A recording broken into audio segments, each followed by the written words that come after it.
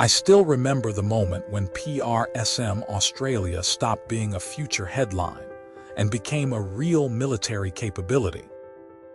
On July 25, 2025, the Australian Army launched a precision strike missile from a HIMARS launcher during Exercise Talisman Sabre in the Northern Territory. That single launch sent a clear message. Australia was no longer preparing for long-range precision strike. It had entered that era. For decades, Australia relied on distance as one of its greatest strategic advantages. But in an Indo Pacific security environment shaped by increasingly capable long-range weapons, military planners have argued that geography alone can no longer prevent Australia from becoming vulnerable. The question is no longer whether a threat can reach Australia. The question is whether Australia can respond before that threat reaches its northern approaches. That is where precision strike missile changes the picture. Developed by Lockheed Martin as the successor to Army Tactical Missile System, PrSM is designed to engage fixed targets at distances of around 500 kilometers, while future versions are planned to extend beyond 1,000 kilometers with additional capabilities. Each HIMARS launcher pod can carry 2 PrSM missiles, instead of a single Army Tactical Missile System missile, doubling the number of long-range precision weapons available before reloading. The significance goes far beyond one missile launch. Australia received its first HIMARS launchers in March 2025. Just 4 months later, it successfully conducted its first domestic PrSM firing, earlier than originally expected. The Australian government described the capability as increasing the Army's long-range strike reach by approximately 25 times compared with its previous systems. Leading global defense analysts argue that the real value of PrSM is not simply its published range. It is the ability to combine mobility, precision, and networked operations into a force that can strengthen deterrence across Australia's northern approaches. Before we go on, do you think precision strike missile is the biggest transformation in Australia's defense strategy in decades? Subscribe for more in-depth defense analysis. And tell me where you're watching from. The launch itself was only the beginning. The bigger question is why Australia decided that a weapon with a range of around 500 kilometers had become an urgent national priority. For decades, Australia's security strategy depended heavily on geography. Vast oceans created valuable warning time and allowed the Royal Australian Air Force and Royal Australian Navy to project power far from the mainland. However, Australia's National Defence Strategy, released in 2024 and reinforced in 2026, concluded that the regional security environment had fundamentally changed. Long-range precision weapons, advanced surveillance systems, and increasingly contested maritime approaches meant that distance alone could no longer guarantee security. Instead, Canberra adopted what it calls a strategy of denial. The objective is not to dominate an entire region. The objective is to make any potential military operation against Australia or its northern approaches significantly more difficult and far more costly to sustain. That strategic shift explains why the Australian government announced on April 28, 2026, an investment of approximately $2.3 billion Australian dollars over 10 years to establish a second long-range fires regiment equipped with HIMARS and precision strike missile. The new regiment will be based at Edinburgh Defence Precinct in South Australia and is intended to strengthen the Australian Army's long-range strike capability while supporting operations across the northern approaches and surrounding maritime environment. At the same time, Australia has steadily expanded its HIMARS program. After initially planning a smaller fleet, the government accelerated procurement in 2023 to 42 launchers. In September 2025, the United States approved a possible foreign military sales package covering up to 48 additional HIMARS launchers together with support vehicles, communications equipment, training systems, and logistics support. That approval established the maximum scope of a potential future sale, rather than confirming a final purchase. Leading global defense analysts argue that this investment is not about replacing traditional artillery. It represents the creation of an entirely new layer of long-range precision fires designed to operate alongside FA-35 aircraft, P-8, a maritime patrol aircraft, E-7 Wedgetail airborne early warning aircraft, and allied intelligence networks. In other words, the missile becomes only one element inside a much larger system built to improve deterrence across the Indo Pacific.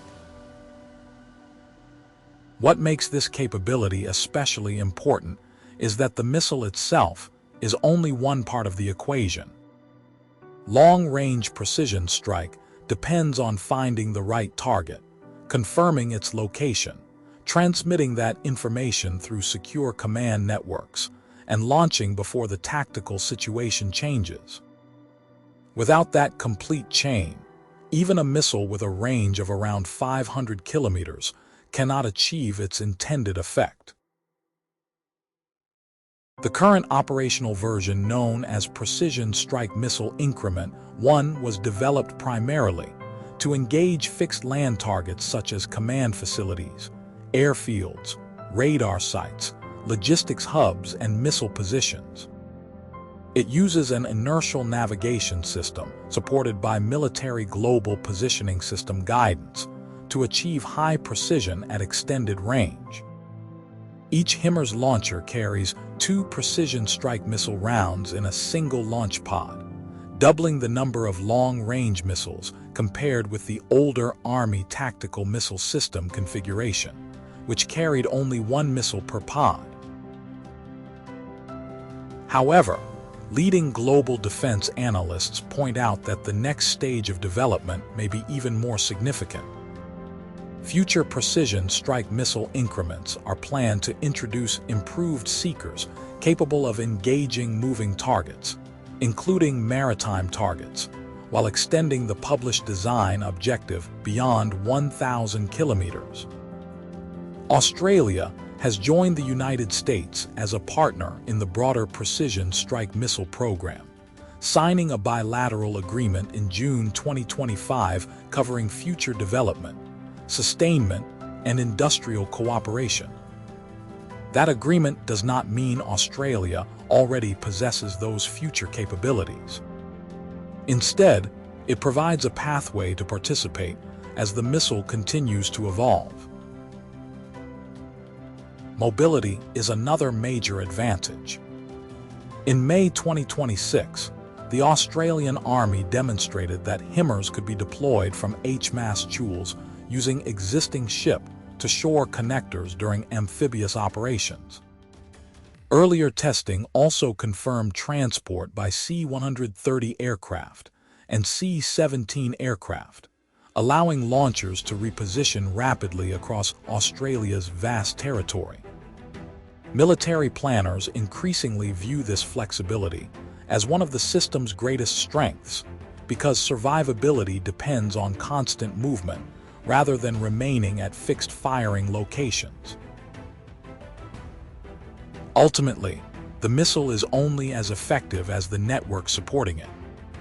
Surveillance satellites, P-8A maritime patrol aircraft, E-7 Wedgetail airborne early warning aircraft, Fa-35 fighters, unmanned systems, and allied intelligence all contribute to locating targets and delivering accurate data. In modern warfare, the launcher delivers the missile, but the information network delivers the advantage. By this point, the picture becomes much clearer. Australia is not simply adding another missile to its inventory. It is reshaping the role of its army within a much broader defense strategy that connects land forces, air power, naval operations, intelligence, and domestic industry into a single long-range deterrence network. That transformation became even more visible on April 28, 2026, when the Australian government announced an investment of approximately $2.3 billion Australian dollars over the next decade to establish a second long-range fires regiment equipped with HIMARS and precision strike missile. The new formation at Edinburgh Defence Precinct is intended to strengthen Australia's ability to protect its northern approaches while supporting maritime operations across the Indo Pacific. At the same time, Canberra confirmed that future precision strike missile developments are expected to extend beyond 1,000 kilometers, while introducing improved sensors and new warhead options. Those future capabilities remain under development, but Australia has positioned itself to participate in that evolution through its partnership with the United States. The industrial dimension may prove just as important as the missile itself. In June 2025, Australia signed an agreement with the United States covering future development, sustainment, and industrial cooperation for precision strike missile. Meanwhile, Australia has already begun domestic production of guided multiple launch rocket system rockets through its guided weapons and explosive ordnance enterprise. Leading global defense analysts argue that these steps are laying the foundation for a more resilient national missile industry, rather than simply expanding overseas purchases. The broader lesson extends far beyond one weapon system. Modern military capability is no longer measured only by the range of a missile or the number of launchers in service. It depends on secure supply chains, industrial capacity, intelligence networks, logistics, training, and the ability to integrate every platform into one coordinated force. A missile can extend reach, but only an entire defense ecosystem can sustain credible deterrence. Looking ahead, the success of this strategy will not be measured by whether precision strike missile is ever launched in a real conflict. It will be measured by whether its presence helps preserve stability and discourages confrontation before a crisis begins. That may be the most important change of all. So here is the question. Do you believe long-range precision missiles are becoming the defining feature of national defense in the Indo Pacific?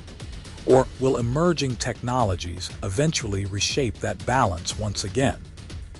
Share your thoughts in the comments.